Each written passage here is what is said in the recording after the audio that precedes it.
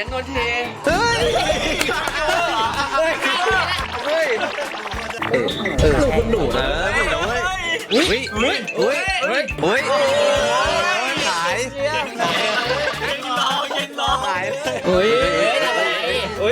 จุ๊บดิจุ๊บเย้วันนี้เรามา react Jack and Joker You Steal My Heart เทรลเลอร์นะครับผมทำไมต้องเป็นเธอทุกทีคุณมีความคาดหวังอะไรก่อนบ้างมีความคาดหวังยังไงผมว่าต้องออกมาดีแน่ๆเพราะว่าผมแบบแอบเข้าไปแบบส่องแบบตัดต่อไปแอบสืบข้อมูลมาว่ามีซีนไหนบ้างแล้ววินาทีที่37เป็นซีนอะไรพี่37ใช่ไหมครับตาเริ่มว่างเรามาดูกันดีกว่า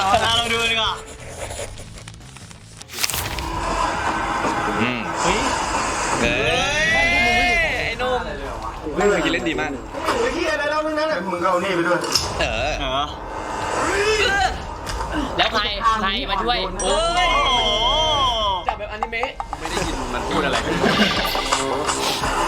ไม่ได้เรามาพูดอะไรผมอยากเปิดศูนย์การเรียนรู้แบบเป๋ยังโดนเท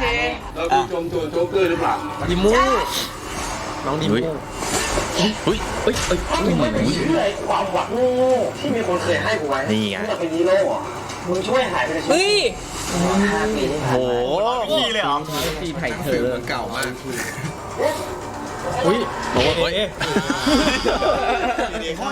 ได้ผิดคนแล้วได้ผิดคนแล้วที่มันรอยสักจอมโจร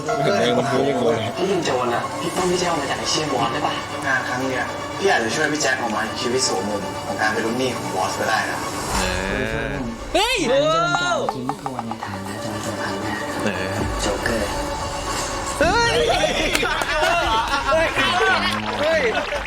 ค่าคุ้นพี่คุยซิเวอร์ทำไมต้องมืออีกแล้ววะ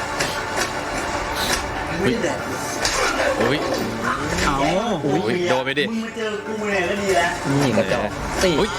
ของจริงเอานิด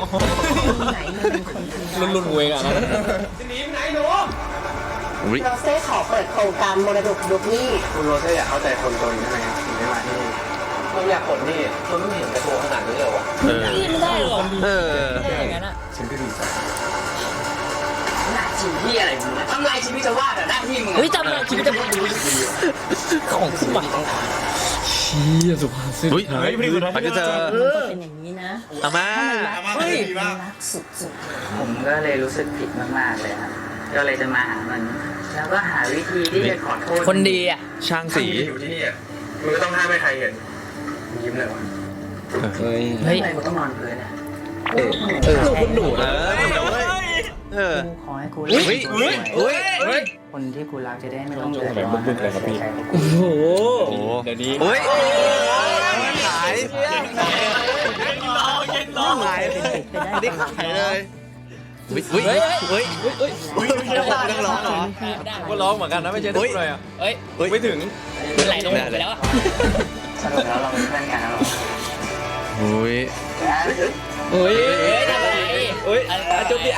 จุ๊บเซอร์ไพรส์อะไรบอกให้ผมเล่นนะครับพี่เขาบอกให้ผมเล่นสัญญาแล้วอาจเป็นล็อกคอนะล็อกคอแล้วเนี่ยโอ้โหดีเวอร์ดีมากโอ้โหได้รางวัลแน่นอนสุพรรณบุรีสุพรรณหงส์เป็นไงครับผมมารีแอคนะครับความรู้สึกเป็นไงบ้างครับรีแอคอาจจะนั่งไกลนิดนึงอ่ะมันเฮ้ยไม่ได้ยินเขาพูดเลยผมถามนิดนึงว่าชอบซีไหนมากที่สุดเอาไปเลยอ่ะโอ้โหแวะข้างทางไม่เอาไม่แวะชอบไหนคือพี่ชอบซีไหนที่สุดพี่บอลถามก่อนพี่บอลครับชอบซีไหนมากที่สุดครับพี่ผมชอบซีนคาราเต้ครับเพราะว่าเป็นครั้งแรกที่ผมเห็นยินอนันต์และวอลนัทต่อสู้ครับเอาอันนี้ก่อนแล้วเดี๋ยวข้างล่างเอาจริงๆผมชอบซีนตอนที่ยินเหมือนโชว์หุ่นทำไมผมจะบอกว่าเห็นแบบออกมานิดเดียวจริงๆแล้วเขาพยายามมาตั้งนานนะกว่าจะได้แบบนั้นอ่ะเรื่องเลยเขาไวนะเนี่ยดูความพยายามของเขาแบบอย่างน้อยเขาก็แบบตั้งใจที่ทำหลายๆอย่างมารวมกันไม่ร้องเดี๋ยวเพิ่งนะมึงชมแต่เพื่อนแล้วพี่กูล่ะแล้วกูไม่พยายามคนแก่มันออกกำลังกายยากกว่านะเว้ย ซีนแบบซีนโชว์หุ่นอะไรแบบนี้ พี่วอนดีกว่าพี่วอน คุณเดาไม่ยากว่าผมชอบซีนไหน เฮ้ยชี้ที่ชี้อย่างเงี้ยเหรอพี่ 10 ตัวละครที่โคตรจะเหมือนผม พี่ยินดีกว่า ผมชอบซีนที่เป็นรวมซีนภาพกว้าง มันก็กว้างกันหมดเลย มันมีไปแคบด้วยไงตอนแบบเตะอะไรแบบก็โอเค แต่ว่าเราอยู่ในเหตุการณ์เดี๋ยวไปชอบเดี๋ยวมันจะอวยตัวเองไงแต่ผมชอบในแบบมุมกว้างมันดูถ่ายทอดแล้วมันเห็นอย่างเนี่ยสุพรรณนิมิตมันก็คือแบบสุพรรณนิมิตที่ในความหมายจริงแล้วก็ ไม่มีอะไรเลยนะ ทำได้ภาพสวย เอาเหลือใครไม่ได้พูด อย่างคุณแหละครับ อย่างคุณแหละ ผมชอบซีนสุดท้ายครับ ซีนไหนล่ะ ที่ขึ้นว่า วันออนแอร์ ที่ขึ้นว่าแจ็คแอนด์โจ๊กเกอร์ เฮ้ยโลโก้มันสวยอะดิ สวยอยู่แล้วชอบมาก คุณรู้หรือเปล่าว่าใครเป็นคนออกแบบ เฮ้ย อย่าบอกนะว่า ไม่ต้องพูดเยอะไม่ต้อง ของแท้เลย ของแท้เลย ยังไงคนไหนพี่ ดีฮับสตูดิโอ กราฟิกดีไซเนอร์ดีครับเป็นคนจัดทำเพอร์เฟกนะออกมาทำได้เพอร์เฟกเลย ไม่มี แล้วไอ้การ์ดที่แบบถืออ่ะ อืม รู้ไหมว่า ใช่เลย ใช่เลย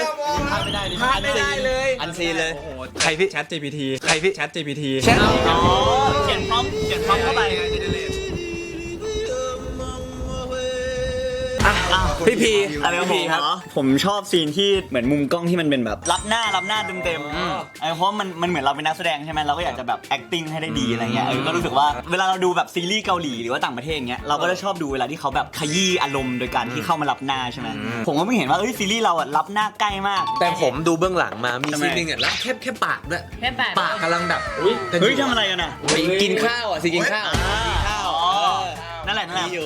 อ๋อ มีซีนพวกนี้ด้วยแบบรับหลังอะไรอย่างเงี้ย เฮ้ยรับหลังนั่นแหละผมก็จะชอบแบบซีนที่รับหน้าอย่างนี้เพราะเหมือนถ้าเราได้ดูไงเราก็ได้ดูอารมณ์กันเต็มที่อ่า ก็ฝากนะครับ ชอบไม่ชอบเป็นไง คอมเมนต์มา คิดว่าทุกคนน่าจะชอบ แล้วก็ทุกคนน่าจะดูแล้วแบบน่าติดตามเรื่องเต็มๆของเรานะครับ ก็ฝากด้วยนะครับ Jack and Joker You Still My Heart ทำไมต้องเป็นเธอทุกทีนะครับ เริ่มตอนแรกนะครับผมวันที่ 9 เดือน 9 เวลา 4:45 ทางช่อง 3 HD ครับผม แล้วก็จะมีเวอร์ชันอันคัตที่ไอฉีอีเวลา 5:15 นาทีครับผมฝากด้วยครับ สวัสดีครับ บาย บ๊ายบาย เย้